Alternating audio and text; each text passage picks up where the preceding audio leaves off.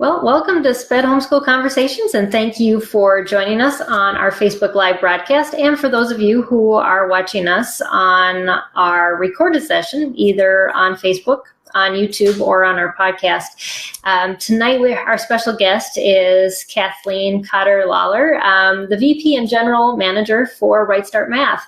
Welcome, Kathleen. Welcome. Thank you. Very nice to be here. Yes, we're glad to have you too. And thank you for just joining us tonight and agreeing to talk on a subject that I know many of our parents always are asking about, and that's math. Absolutely. Building a solid foundation. And oftentimes we don't think about that.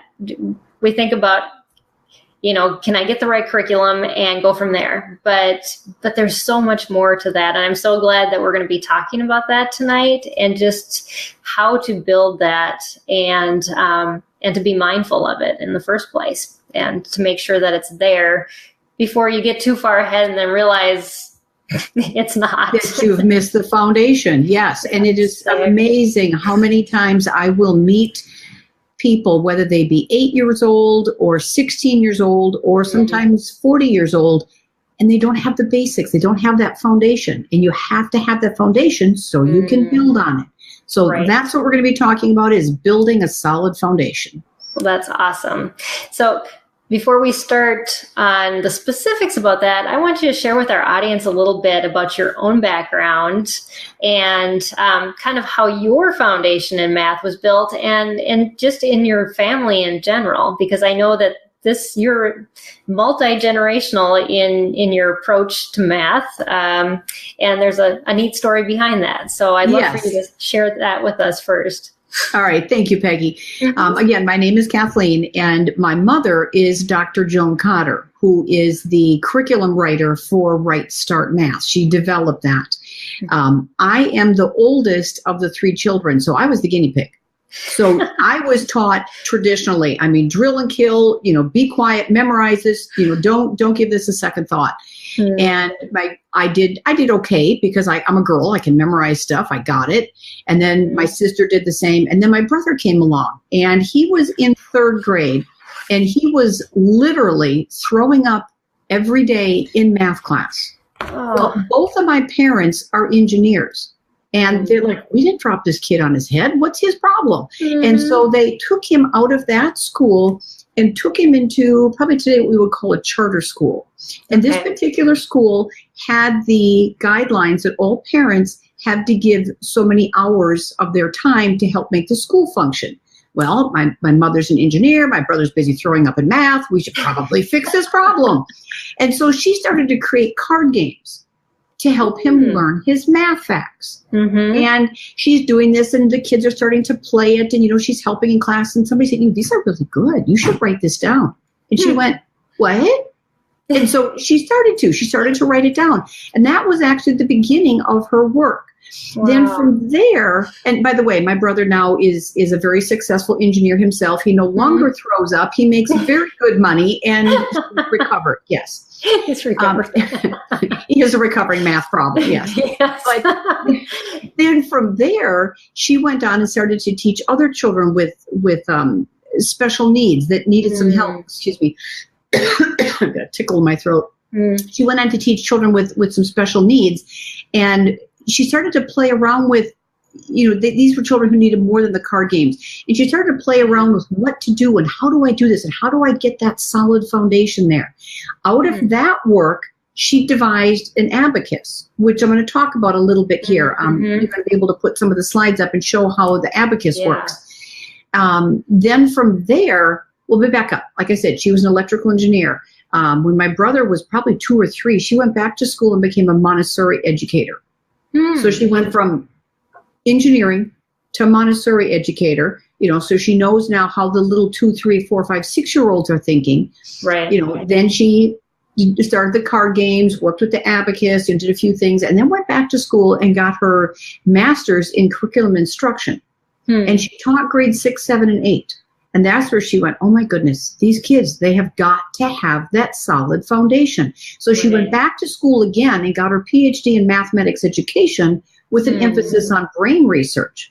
And out of that came the Right Start program. Mm-hmm. So at that point, I was newly married, and I didn't really care what she was doing, and but we would talk about it and stuff. But then once I started having babies, I was like, okay, what was that again now, Mom? Tell me about this. And so I actually started teaching my children this method. And so then, different things happened over time. And real quick story, we live in a very small town. Like my one daughter graduated with a class of 11. I mean, so they're public schooled, but they're basically homeschooled at school. It's great. But my older daughter was having difficulties in math. And, I was teaching her at home, and she wanted to take her Abacus to the school with her. And, I have 4 children, so I'm a percentage of the population. So whatever I say goes. So I called the school up and said, hey, guess what? She's bringing an Abacus to school. They're like, okay. And about half a year later, I asked her something. I said, well, do it on your Abacus. And she said, I don't have it anymore. I said, well, where did it go? What do you mean? So, well, Laura's using it. So not Laura, her new one. And so Anna had one. But the thing is she used that Abacus all the way through. And did very well in her math. So that's kind of it. Like you said, it's a multi-generation. Start with my mother, with my brother, myself, my daughter, actually all 4 of my kids have used it. That's awesome. Yeah.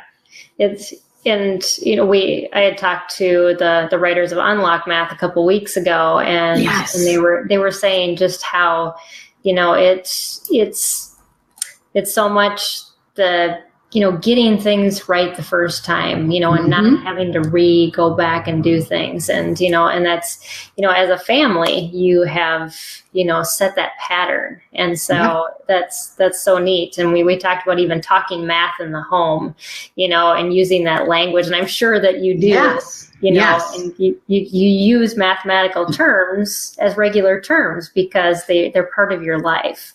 And I'm kind of laughing because what we did with the kids, like I said, I had 4 kids in 5 years. So to get them to eat something like their broccoli or, whatever's I wanted them to eat, we would play a game. Okay, take your age times 2, divided by 3. And I'd have to sit there and figure out to make sure we'd end up with decent numbers. And then as they would do this, they'd be shuffling in whatever it is they didn't want to eat. But it was but we always did that. And they said, oh, could we play the game? Could we play the game? No, I don't. All right, fine. So take your age. That's actually how I taught them squares and square roots, was just at the supper table. Okay, take your age. Let's say they're 9. What's the square root of that? What does that mean? Well, we have a little discussion. Oh, okay, answer's 3. Yeah. So, but you're right. You have to make it part of your life. Yeah, because it's otherwise way too abstract, and math is around us everywhere, and we forget that because we're so used to seeing it in a book and then putting the book away. Yep, exactly. Exactly. Yeah, unless you're cooking a lot and multiplying, recipes or whatever. Yep, exactly. Anyways. Yep. All right. Well, I just want to let our viewers know that if you have any questions along as we're discussing, comments, make sure you put them in the feed, and we will definitely make sure we note them or we answer them as we're going along. So just so you know that, and we're glad that you have joined us for this live broadcast. So did you want me to put up the first slide that you had? Let's go put up the first slide. Okay. So what we're going to be talking here about is building a solid math foundation. And that's like a house. You have to start with your number sense. You have to know what the numbers are. And then from there, you've got your place value that's going to kind of hold. I think we can see it. At least I can see it on my screen here, Peggy. Okay. Yep. Okay. I can see it there. So then we've got the place value kind of is your kind of holding everything up. And then the walls are going to be your strategy and your visualization. That's going to be on the walls. Then you can build your solid understanding. So you have to have each one of these components in here. But traditionally, switch to the next one, we start with counting. And we start with, and because we all do it. We all count. Teach your children to count. Oh, look, he can count to 20. He can count to whatever. So we a lot of times start with counting. Place value kind of gets addressed and kind of doesn't. And then you've got that memorization, and we all know how well that goes. I mean, sometimes you can get kids who are really, really good at it, and a lot of times you get kids that I don't do the 6, 7s, and 8s. Thank you. Because we do it. And the procedures, you might remember the procedures, or let's see, the area of you don't remember. You don't remember what it is. Yeah. And then what happens from there is you kind of get understanding and kind of don't. So what we need to do is to come back to building that number sense with the place value, with the strategies and the visualization to build that solid. Yep, to build the solid one. That's what we need to do. Then, go ahead. Okay, so. Yep, let's go to the third one here. Okay. Okay, so since we have some children with some learning differences, there's a lot of myths about this with the kids, but I want to talk about the characteristics. The characteristics. Usually these children are more creative. Yeah. And as a parent, yes, and as a parent, that's kind of annoying sometimes, but they are creative.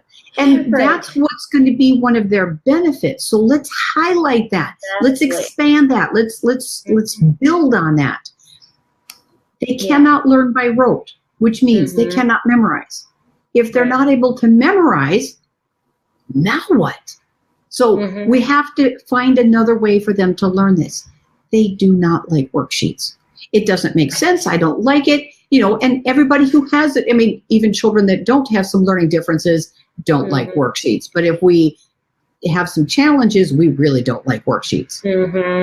Yeah. Children with learning differences need to understand it and so that they can make sense of it, so that they can remember it.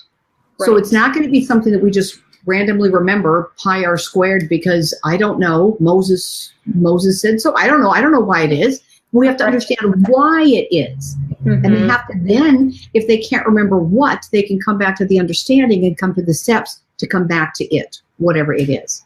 So, you know, oftentimes we have parents who say, you know, my child always wants to know why they're doing this. And those are those, and that's a good key indicator that you have one of these children. And the gifted also do this, of course. And sometimes it's a challenge because sometimes we don't know the answer. You know, why is it pi r squared? I'm not sure. Go ask your dad. You know, and we don't know. You know, it's like for me, like I know how to subtract 4-digit numbers. I mean, hello, who doesn't? Why does it work? Ask your dad. I really don't know. And I really did not know until I started going through some of these things. And so that sometimes is the challenge for us as parents with these children. They want to know why. They have to know why to figure it out. I don't know why. And I don't know where to find out why. Right. Yeah. No, you know, I even took math history and they never taught us why. You know, it's nobody talked about that part.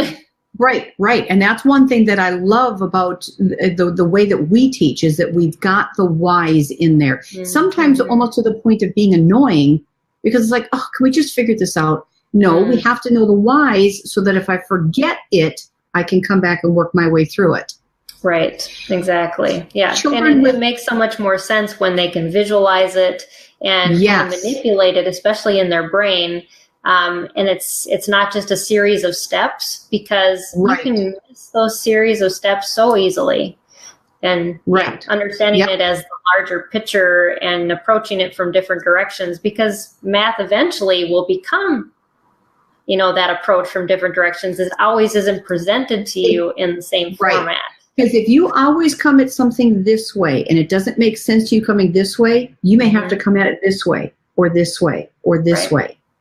And so, and that would be ideal if you can find a curriculum that teaches it this way on Monday, this way on Tuesday, this way on Wednesday, not because we're trying to create chaos, but because Monday, no, okay, I kind of get it. Tuesday, oh, that's interesting. Wednesday, I don't like Wednesdays. Thursday, I get it.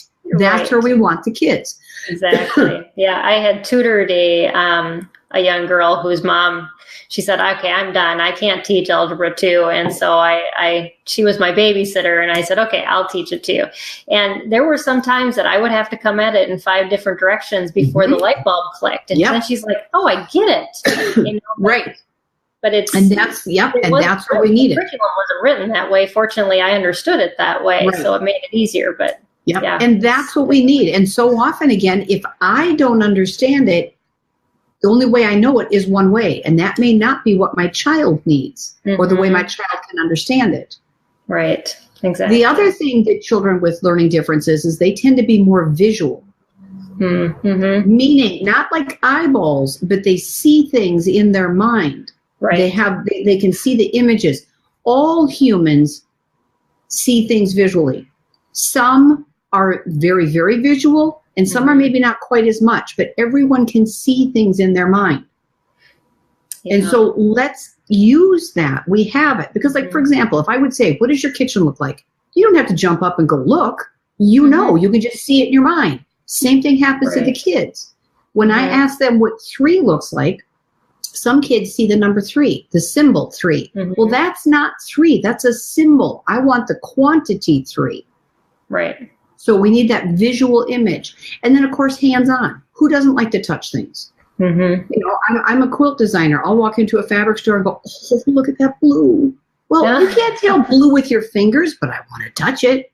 Right. You know, we all do. We all want to touch. And then, like I kind of said, that the children with learning differences also store information in pictures. Not words, but pictures. So we have to give them something to create the pictures. Yes. So this is when we've got a child with learning differences. Again, whether they be on this end of the spectrum or that end of the spectrum, they still need to be able to think in pictures and make sense of things. Right. Yeah. Because then you're connecting all the dots. Right. And making it so much easier to carry out the steps and everything else that math, you know, just oftentimes it's just implied that someone's going to get all of that when you teach math on a worksheet. And it's very few. And what happens there a lot of times is they're just saying this symbol and this symbol equals that symbol because mom said so. They don't get why. They don't understand how it works. Yeah. So what we do is we have to give the kids the math in a way that they prefer, which is going to be visual, which is going to be hands-on, which is going to be with understanding. Right. So that's where we need to work it with the kids, again, especially those with learning challenges. So we can flip over to the next slide. Yeah, definitely. We highly recommend, using an abacus. Now, an abacus, by definition, is beads on a frame. It doesn't tell you how many, what value, what colors, and they vary greatly. Excuse me a second. Sorry, that was my grandson calling. We'll just never mind him. Just a second. I'm sorry again. Okay, so sorry about that. Hopefully they won't call back again. I'll be quicker on the draw. Like I was saying, so we've got the Chinese abacus, we've got the Japanese abacus, we've got the AL abacus, we've got different kinds. And I'm going to show you a few things with this and show you how this works. We want to think in pictures, you know, like I said, because the brain remembers it that way. So if you flip over to the next slide, we're going to start out with some visualization. So we're going to start out with first showing, and I'm kind of skipping some slides here just because I don't have all my slides and it's, you know, we can work with it. But you were going to start out by showing the children what does 4 look like? What does 3 look like? And you can put that quantity on the abacus. So when I do something like 7, you're going to see 5 on one hand, 2 on the other. And you can see on this slide here that when you slide the 4 and the 3 together, it equals 5 and 2 more, which is 7. So it's a different way of looking at it. And of course, the kids touch it. They can see that I've got 4 and 3 more. Put it all together is 7. I have met children when I say 4 plus 3 equals, they don't understand that plus is the same thing as and. But if I would ask them, what's 4 puppies and 3 more puppies? They're like, oh, 7 puppies. Yeah. But if I say 4 plus 3, I got to memorize that. You know, so you have to kind of, again, pull it back down to things that they can use, things that they can work with. Exactly. So this abacus is a visual and tactile manipulative that promotes subitizing. I don't know if you're familiar with that word. Subitizing is the instant recognition of a quantity. So if I were to put up this many, do you have to count? No, you can see it's 3. It's right there. It's 3. That's easy. If I hold this up, 5. You don't have to count. That's subitizing. And some children with learning challenges struggle with that. Make sure they get that, so that when I ask Johnny, show me on your fingers 4, he can do it without having to count it. He can see that this is 4. That is very important. They have done much research on subitizing. It kind of hit the research world about 20, 25 years ago, this subitizing thing. And it's hitting mainstream about 5 years ago. People kind of talk about it. Some people know about it, some people don't. Yeah. But you have to be able to subitize and work your way through that so that you can build on that. So there are other ways to work on that other than just the fingers, or like dice, or what's very good question. The best is to do it with hands. Okay. Because first of all, especially with a little one or a child who's got some challenges, we're comfortable with our hands. We know that. And 5 is always 5. I don't have to look at it. I can always see that it's 5. Whereas if I use dice, I've got the 4 dots, I've got 3 dots, I've got 5 dots, and they move around, whereas 5 is always 5. And if I take one away, it's still 4. I take one away, it's 3. It's not moving. I can see it. Right. One thing that our culture does, and it's not something that you've done as parents, but a culture has done, is we have the kids count. Count for mommy, 1, 2, 3, 4. But what happens, especially to a young child, sometimes children with some learning challenges, but especially young children, they think you're naming it. 1, 2, 3, and here's number 4. So you ask them, where's 4? They can say it's right there. Because I just named it, right? 1, 2, 3, there's number 4. But you think about it, it's logical, because if I were to name the children, John, Anna, Maggie, Matt, do you think that Matt includes all of them? No, Matt is an individual by himself, and we all know he's enough by himself. So, so wouldn't it make sense from a child's point of view that it's 1, 2, 3, 4, just like John, Anna, Maggie, Matt?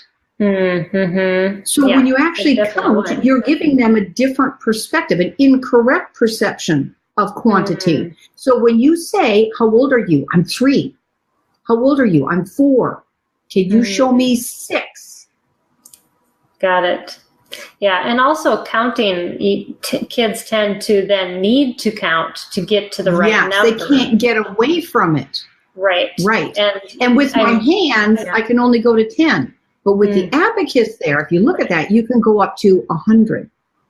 Exactly. And you can see that in your mind. Again, we can build that image. So we've got the adding, and we've got the visual strategies that we're going to work with this. Now, I'm going to kind of switch gears a quick second. I want to talk about place value, because like I talked about, so if you want to catch the next slide, Peggy, we talked about in our house, the main thing that's coming up the center is that place value. So here I have 310 and 6 more. Now we call that 36, but for a short spell, and I'm not talking like for years, I'm talking like for months, maybe, depending on the age of the child, anywhere from months to maybe a week, couple weeks. We actually want the kids to call this number 310-6. Yeah. Very different. Now, this idea, Dr. Cotter, my mother, actually got this from the Asian cultures. This is how they say their numbers all the time. So their speed limit is 5-10-5. Their speed limit is 7-10. We want the kids to do this for 2 reasons. 1, for patterning. Think about it. If I say, we got patterning. If I've got 4 plus 3, like I was doing in the previous slide, so what do you think, and we know the answer is 7, so what do you think 410 plus 310 is? It'd be 710. So what's 400 plus 300? 700. What's 4,000 plus 3,000? And 4 million plus 3 million. And my little guy wanted to know what 4 infinity plus 3 infinity was. Yeah. It's 7 infinity. Don't tell the other kids. But see, he got the pattern. But it's in our English language, we've got it confused, because we say 4 million, 4,400. Doesn't it make sense to say 410? Exactly. Yeah. And we just got it right. And we've got it goofed up from 11 to 99, complements of the English language. Right. So we unmask it, call it 310, or in this case 310-6, for just a short spell. You're not going to be the weird, freaky homeschoolers. We're going to come back to home at 3, 10, 6. So this is just a temporary thing. It's kind of like when the kids learn how to read. What do? You teach them A, B, C, D, E, F, G? Usually you teach them the sounds, a, b, c, d, so that when I do k, at, cat, oh, cat. So you're teaching them the sounds. So we do the same thing with the numbers and teach them kind of the sounds of the numbers. So they're going to have 3, 10, 6. Its real name, of course, is 36. But it sounds like 3, 10, 6. Then when I want to get into place value, how many 10s are in 3, 10, 6? Right. It's right there. It super easy. Yeah. It's like, what's your name, Bob? Let's see. How many 10s are in 3, 10, 6? You know, how many 10s would be in 4, 10, 2? It's right there. It's right Place there. value becomes, it's really almost anticlimactic once you understand 11 to 99. Right. Yeah. I think that's usually the hardest thing is when you flip from that single digit to the double digit for kids. And, you know, after they get the double digit, then oftentimes the triple and that becomes more understandable. Easy, right. That really is. And I never really thought about how our language is actually messing that up. Oh, yeah. Well, you think about it. The Asians basically give their kids their numbers in neat little packets of 10s. We just like give a big toy box and say, all right, sort it out. See you later. Right. It's very difficult. And no wonder why our kids are struggling.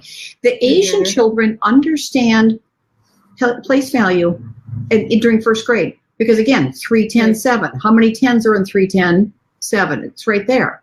Whereas only half of the U.S. students by the end of 4th grade understand place value. Right. How many 10s are in 46? 12, 17, I don't know. Right. You can't hear it. 46. You know, if I write it for you, a 4 and a 6, how many are in there? I don't know. It's a 4 and a 6. I don't see any 10s. Right. Or they'll add them together. It doesn't make any sense. Right. Yeah. It doesn't make any sense to them. Yeah.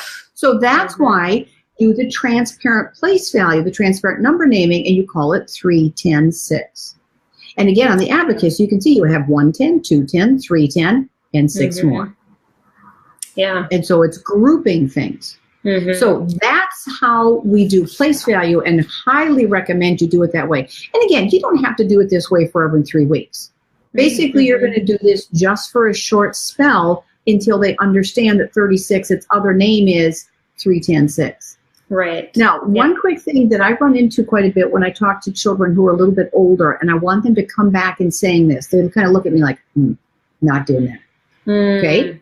And what I do is I talk to them and I say, again, depending upon who it is, but let's just say I'm their mom. I would say, okay, what is my name? Well, your name is Kathleen. Well, what do you call me? Mama.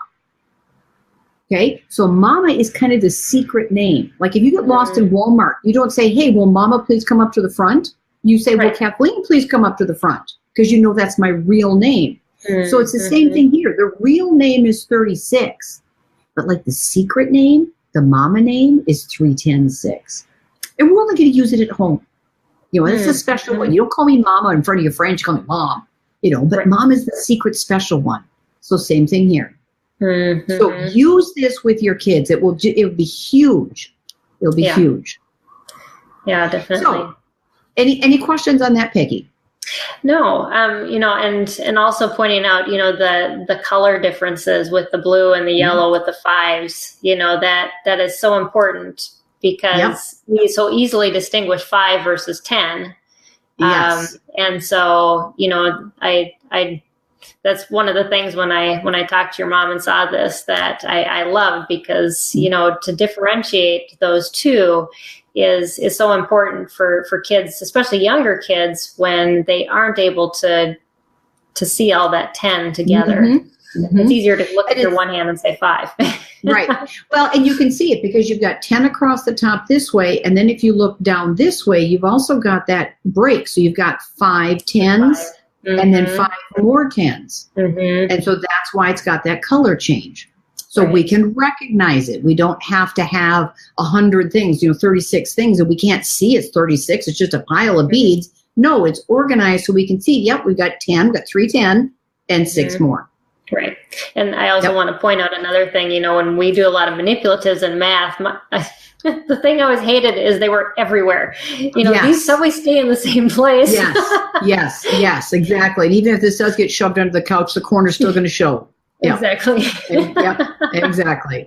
Exactly. Well, tell you what, if you flip over to the next slide, I'm going to show you another strategy. This is, again, we want of our house, we want the strategies and the visualization. So the strategies, this one here, so first of all, what is a strategy? Strategy is a way to learn a new fact or to recall a forgotten fact. Okay. And if you can make it a visual strategy, that's all the better. So here, we're going to do 8 plus 6. The strategy is called the 2 5s, and we're doing 8 plus 6. So you can see I've got 8 on the first row, 6 on the next. Before I do anything, can you see the answer? Oh, yeah. Because look at that. How many blue beads? Easily. Yep, you can see the blue beads. There's your 2 5s, so that would be 10. And then look at your yellows. There's 4. Now, you don't have to count the 4. Again, you can subitize it. You can recognize it. I can see it's 4. I don't have to count it's 4. I can see it's 4. Right. And that's where we want the kids. So I've got 6, 8 and 6 is 10 and 4. And again, if I know the math way or the transparent way of saying the numbers, 10, 4 is also known as 14. Right. So you can quickly see that. And of course, you can do this with, 7 and 5. This is actually, it's kind of interesting. If you ask kids who use this abacus, something like 8 plus 6, they'll give the answer 14. How'd you know that? They'll say, because I have the abacus in my mind. And when I first heard that, I went, oh, yeah, right, whatever. Well, then that's actually how I do it. Because remember I said I was the firstborn, I was the drill and kill child. I can now add 6, 7s, and 8s because I actually see the abacus in my mind. I actually see it. So it was just kind of you're really, moving your child towards, because they're not going to have this device with them all the time. No. But that is, and that's actually and that's actually a very good point, because we want the children to start out with the physical abacus. I can see it, I can touch it, it's right here, I've got it. And then we move to an imaginary. An imaginary can go one of 2 ways. It will either be an abacus I can see in front of me, but I'm not going to touch it. But I'm just going to kind of pretend to move the beads, but I can see it. Or you will have a pretend abacus, there's nothing here, and I'll use my real finger to move my pretend beads. And kids will go one way or another. I have one of my daughters actually went both ways. But most will go one or the other, and then you go to a mental abacus, where you just kind of like, okay, I got it. So you don't actually try to move it, you don't actually see it, you just do it all in your mind. Right. And the kids will move to that. But if you're using something like this, and you do 8 plus 6, and your kids over there starting to finger count again, get your abacus back out, because they have not got this in their mind yet. Right. That's a good point, because they will revert until they're comfortable or have ingrained to that point. Until they get this. It's kind of like, if you ever had it where you bought a new car and you park it, you look really pretty, or like even sometimes I've actually washed my car and then I go back on, I can't find it because it's like supposed to be mud brown. It's like, where? Oh, that's right, it's the white one. I forget what it looks like because in my mind it's always mud brown. We live on gravel. So, but it's you have those problems because you've got a mental image, and until you get that mental image in your mind, oh, it's a white van, or that's right, I got that really new cool red car. Whatever, you don't get that, you can't see it. You have to think about it. Same thing with the abacus. If I can't see 6 plus 8, I need to use the abacus until I can see it in my mind. Right. Yep. Yeah. And so I think oftentimes parents think it's going to be a crutch that this child has, that they're going to be carrying it with them to college. Nope. But that gives them hope. Yes. And they won't. I promise, because they're going to develop such power, such delight in being able to not have to use it. Now, sometimes some kids, if they've been struggling, you give them the abacus, and oh, I've got it, it works. You may have to challenge the child to say, hey, can you do it today and just not touch it? No. Okay, we'll try it tomorrow. But you're going to work your way through it until you get to the point where they don't need to have it in their hand. They can just have it in their mind. And that's where we want them. But let them use the abacus as long as they need to. That's a very good point. Yeah. Yep. Yeah. It's not something that you want to take away, because like we're talking about is those foundations. And if that foundation is in place, it's going to make everything else come back together, versus, trying to rush them through that and say, well, you should really be done with this. Right. Well, I'm not. Yeah. Yep. That's a good point. Well, tell you what, let's put up the next slide here. Definitely. So we've taught our kids some addition facts. They're working with it. How do we get them to be good with it? We're going to have them play games. Again, especially children who are dealing with some learning challenges, or maybe they're gifted. They don't want to do worksheets. I mean, would you want to do one of their worksheets? No. So we're going to play games. Games are to math like books are to reading. We get good at how do we get good at reading books? Or excuse me, good at reading. We read books, preferably interesting books. Right. So we're going to do the same thing with math. Nobody wants to do worksheets. Yuck, who wants to do flashcards? So how are we going to practice it? Right. We're going to play games. The games provide the repetition that's needed for the automatic responses, and more importantly, the games provide an application for the new information. So did you why? Exactly. Yeah, exactly. I mean, do you think your son really cares what 8 + 6 is? No, he does not. But wait a minute. If Daddy's going to be home and I can beat Daddy at a game, I am all over this. Quick, let's work on this. Okay, 8 + 6, it's 14. Okay, well, Daddy comes home at 14. We've got a reason to want to learn. Yeah. Somebody told me a story once about a young boy who was, working with it, and he was playing games and stuff. I think he was working on his multiplication, and Mom told him, go to bed, tucked him in, turned off the light, and went back in to check on him a little bit later, and there he was, under the covers, with his flashlight, working on his multiplication facts, because he wanted to beat his dad the next night at games. Okay, we got a problem with I told you to go to bed, but what an awesome problem. Right, exactly. Doing school late into the night. Yeah. But that's where we want them. We want to give them an application, a reason to learn, a reason to care. Because right now, I promise you, your kids do not care what 8 + 6 is. They don't care. And we lose so give them a reason. Kids. Yeah, we lose so many kids that, they just stop learning because they get so frustrated with no application and not really understanding, where is this going? And so yeah, giving them that incentive is so important. There's actually, and most people don't quite think of it this way, but there's actually 390 math facts. And that's if you just go up to the 10 × 10 or the 10 + 10s. Some people like to go to the 12s or the 15s. I don't even talk about how many that is. Yeah. Why? The other part that a lot of people don't realize, I'm going to kind of go off a little bit on a soapbox here. Please do. Is that we have children. Well, first of all, arithmetic is our addition, subtraction, multiplication, division. That is one out of about 200 branches of math. So if you have a child who is not good in arithmetic, let them use a calculator. Now, hopefully the kids were listening, because of course Mom wins. If Mom says you have to do it, you have to do it. But I would strongly encourage you to use a calculator if you have a child who's really struggling, because they may not be good in arithmetic, but they may be phenomenal in statistics or in trig or in geometry or in all the different kinds of math that are out there. Now, as somebody who, I shouldn't tattle on myself, but as somebody who struggles with arithmetic, I use a calculator. Now, would my life be easier if I knew them all? Oh, yeah. But when I don't, I use a calculator, or I've got my own ways of figuring it out. So again, my life would be easier if I did know it, but I am really, really good in math. I'm just not that good in arithmetic.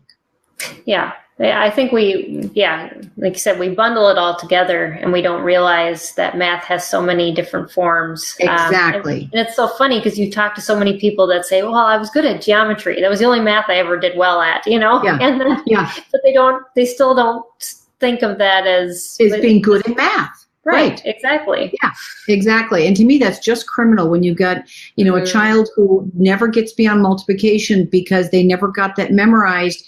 And in fact, they may be the next huge breakthrough in something, and we can't get them past this. Then let them use a calculator. You know, I mean, yes, their life is going to be easier if they have it, but if they don't have it, we can adapt. Right, exactly. And as you get into higher math, you know, that they do, it becomes the simple part of the mathematics that can be substituted. And oftentimes in higher math, you do use like programs to figure out all that simple parts. It's understanding how everything comes together that becomes right. And also being able to estimate. You know, if I've got 4 plus 5 is 5,986. Okay, that's not right, because I know that it's not going to be in the ballpark. You know, so you always want to check to see. I mean, can you estimate? Can you look at something and say, "Was that a logical answer?" No, that wasn't a logical answer. You know, so you kind of being able to understand it, and that kind of comes back to your number sense. You know, which was that base foundation on it. Definitely. Yeah. So what kind of games are you talking about? Well, we've got, actually, Dr. Cotter has developed over 300 different games. We've got a book, it's cleverly called Math Card Games. But I know we said, gee, what should we name? How about Math Card Games? But in that book, we've got addition, subtraction, multiplication, division, fractions, clocks, money, all these games. A very simple game for your again, depending upon if they're younger ones or children who are struggling with some of the basics. Remember the game Go Fish? Oh, yeah. You know, where you've got your cards in your hand and you try to have a 2 match a 2 and a 6 match a 6. It's not really rocket science. Right. We want our pairs to be things that equal 10. So 2 needs what to make 10? Oh, use it on my Abacus. Mommy, do you have an 8? Oh, thank you. Okay, so I put that down. Okay, so see, now I've got a 7. 7, no, my Abacus. 7 needs a 3. Mommy, do you have a 3? No, Go Fish. It's their math facts. They will play it for hours to the point that you will cheat to lose to get out of there, which is bad parenting, but, you know, hey, it happens. Oh, yes, I've done that before. I have to admit that. Oh, look, I lost. Shoot. Yeah. Another one, again, another addition example. Remember the game of war? You lay down 2 cards. Whoever has the higher one takes it again. Yeah, another rock. Yeah. Oh, shoot, I lost again. Yeah. Each of you lay down 2 cards. Add them up. Whoever has the higher total takes all 4 cards. It's a worksheet. Again, the kids will play it for hours. And if you don't want to play with them, then have their stuffed animal play against them. Have dad play. Borrow a neighbor kid. I mean, the parents would probably pay the neighbor kid to come over to your house. You know, give you money to have their kid working with your kid. Right. But play the games. There's multiplication games. There's fraction games. We actually have some apps for both Google and for Androids and Apple. We've got the Go to the Dump. It's called Go to 10 game. That's a Go Fish game. We've got a fraction war game. We've got a new game that just came out called Super Corners. And that's a game based on adding things that equal multiples of 5. So 5, 10, 15, and 20. And that is a fun game.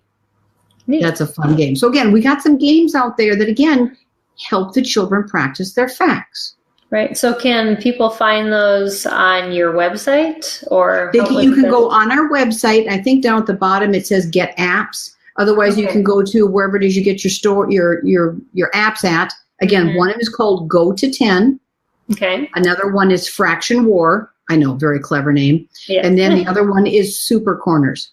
And Super Corners, I think till the end of May is only 99 cents, and then it's going to go up to $1.99. So if you want it, I'd get it right now, because the price will be going up. It's kind of an intro price. It just came out. It's the new hot game right now. Oh, wonderful. And your website is rightstartmath.com? Correct. Yep. RIGHT startmath.com. Yep. Great. Yep. So we can play the games. So let's advance a little bit more. Let's look at, if you want to switch to the next slide, look at multiplying on the Abacus. So now here we have 6 taken 4 times. Yeah. Oh, that's what multiplication means? Because sometimes kids don't know it. It is. It's a difficult jump. Right. It is. And so here I can see 6. Okay, I see 6 there 4 times. Okay, well, I can group that. I see 2, I see 10, and then a second 10, so like 2 10, and the yellows make 4. 210-4, also known as 24. Mm-hmm. Little side note, and this is actually, I think this epiphany came to me probably about 2 years ago. It's a relatively new one. It's kind of embarrassing given the color of my hair, but anyhow, when you look at the multiplication chart, you've got the 1 through 10 across the top, and you've got the 1 through 10. And if I take 6 times 4, the answer says it's 24. Did you know that there's actually 24 little boxes in there? There is. I didn't know that. I know. Isn't that just awesome? I know. I tell people that, and they're like, but that would make sense because that's like what it is. Footage. A square footage of 6 and 4 would be 24 squares. Right. Well, even look at the abacus I'm showing on the screen there. It's 6 4 times. Of course it would be 24, but in my world, the number 24 was just in there, and so that was the answer. I had no idea there was linkage. Right. Oh, yeah. Yeah, isn't that just neat? But see, again, all you need is someone to point you to that or to help you discover it. And then it's like, oh, well, of course 10 times 10 is 100. What else do you think it would be? Right. It just, but you see it. You look at it from a different point of view. Mm-hmm. And that's where we want the kids, is we want them to understand it and to be able to visualize it. So that when they say 6 times 4, I can see 6 4 times. Well, that's right. That'd be 2, 10, 4. Yeah. Yeah. Yeah. So there's multiplication on there. If you flip to the next one, we've got another multiplying. This one's 9 times 3. Oops, go back one. Maybe we don't have that one there. Okay, well then never mind. We don't have the 9 times 3. Okay, but we can visualize it. Yeah. But if you do 9 times 3, you can see 9 3 times. But if I'd say how many beads are on the 3 rows all together? There's 10 in a row, so there'd be 3 of them. That'd be 30 all together. Minus the 3 I didn't include.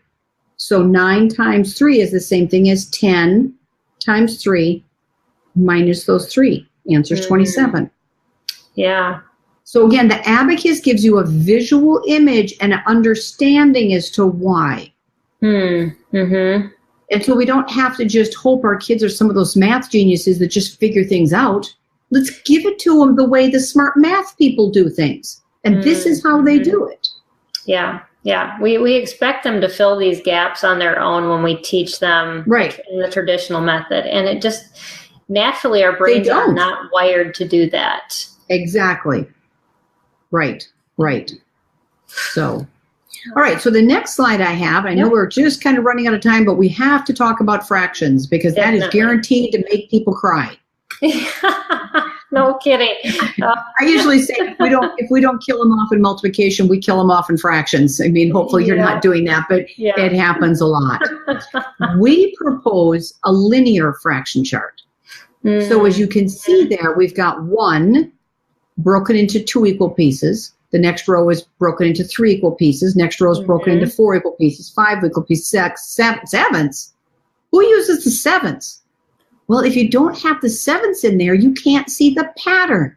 Right. Because if I just had ones, halves, or the 1 half, third, fourth, fifth, sixth, eighths, tenths, twelfths, you wreck the pattern.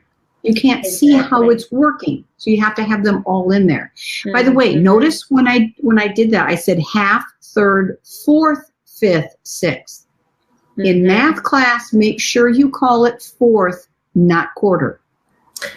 Because again, you interrupt the pattern. If I say half, third, quarter, fifth, sixth, or I could say half, third, fourth, fifth, sixth. It makes so much more sense calling it 1/4. Right. Or 3/4. Again, it clears up that understanding for them. Yeah. So looking at this chart, if I were to ask you, so use the chart as a reference, how many fourths are in a whole? Well, it's easy. You just look at what goes all the way across, and then you see that you can see you got 4. Exactly. I have met adults who don't know how many eighths are in a whole. Really? Really. And I'm embarrassed to say that some of them have been teachers. It's embarrassing. But again, if you don't know that, of course fractions is complete chaos. Right. So make sure they know. So how many 6 would be in a whole? Right. Be 6 of them. If you don't know, go ahead and count them. There's 6 of them. Right. So how many fourths equal a half? Mm-hmm. Again, you can see it. I've got 2 fourths equal a half. How many eighths equal a half?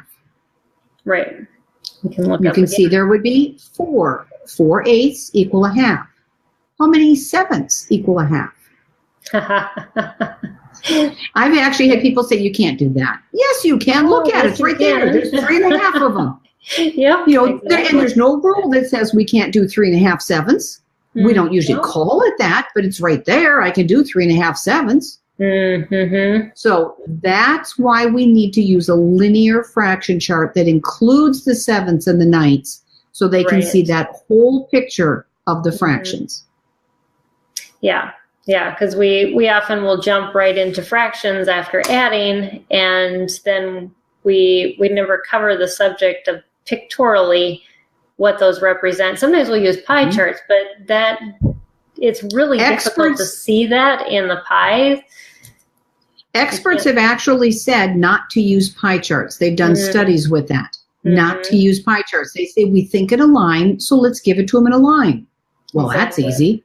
This is the way you want it. Now, one other thing with this chart, notice it's not colored. Because we've all seen the colored ones, where the halves are orange and these are green and yellow, pink and blue and whatever. Well, 2 things. The reason why we don't want it this way, 2 reasons. One, you get most time it's boys who are color deficient, formerly known as colorblind. And so they've got shades of gray. Oh, that's useful for them. And the second thing is sometimes you get kids like me. I'm very color sensitive. I am not going to let my red 1/2 touch my orange 6th. I can't do it. It just bothers me. It's not going to work. So why bother? It's beautiful as is. Let them have it this way where they don't have to deal with any issues or any hangups. Just give it to them plain and simple. It's beautiful as is. You do not need to color it. Yeah. So when you give this to a child and you have them work with it, how long does it take them usually to embed it? Just like, we were talking with the Abacus and I'm sure there's a range, but for some kids that maybe struggle a little bit more. It becomes more of an exploratory thing. So actually what we recommend is you keep one of these intact and one you can have in pieces.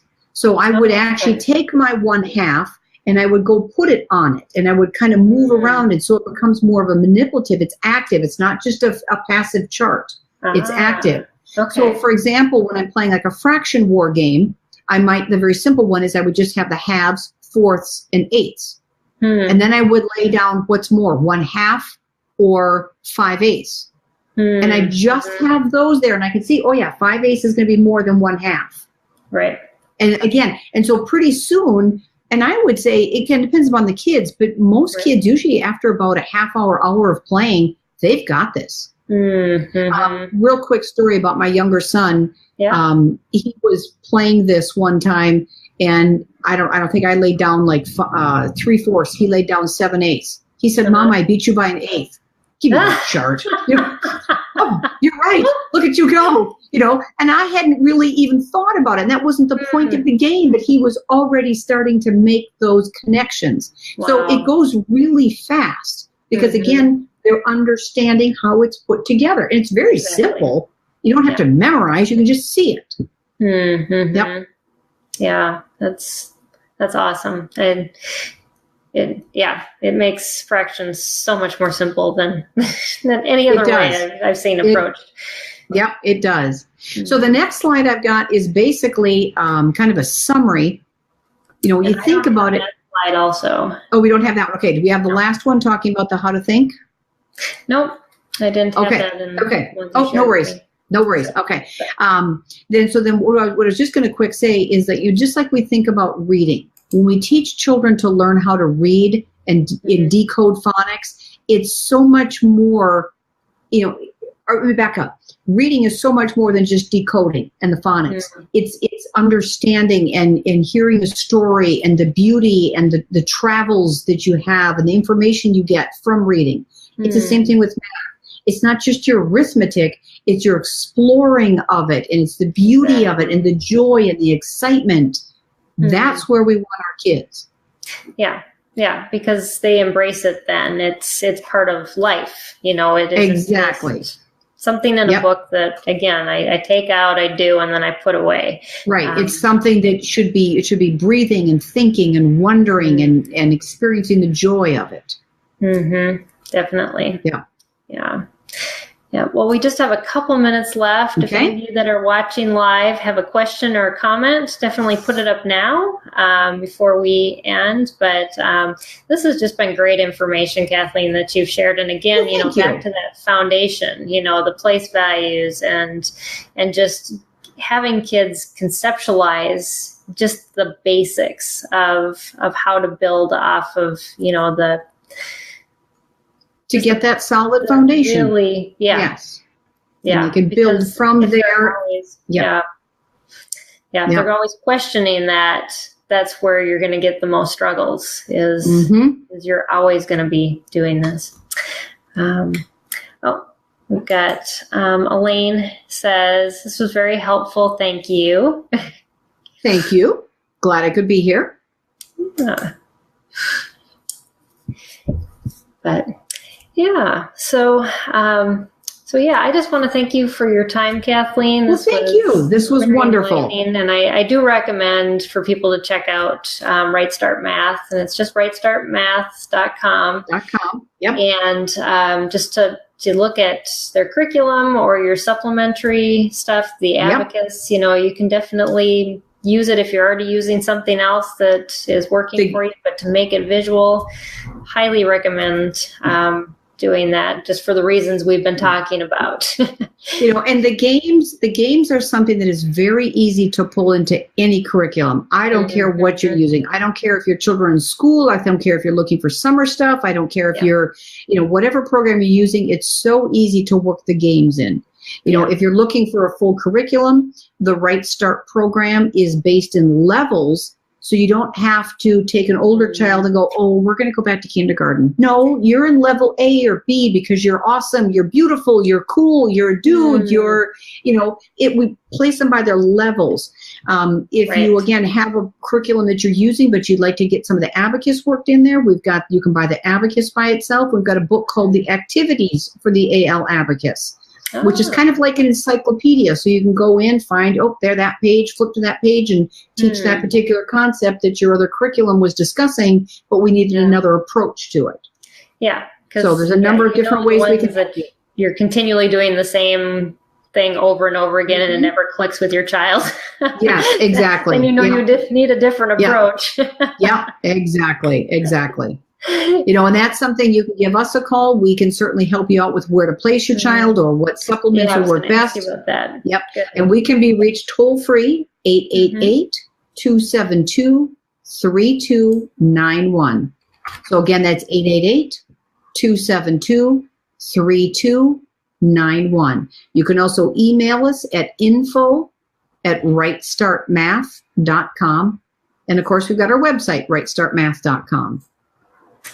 So I'm going to put that number up quick.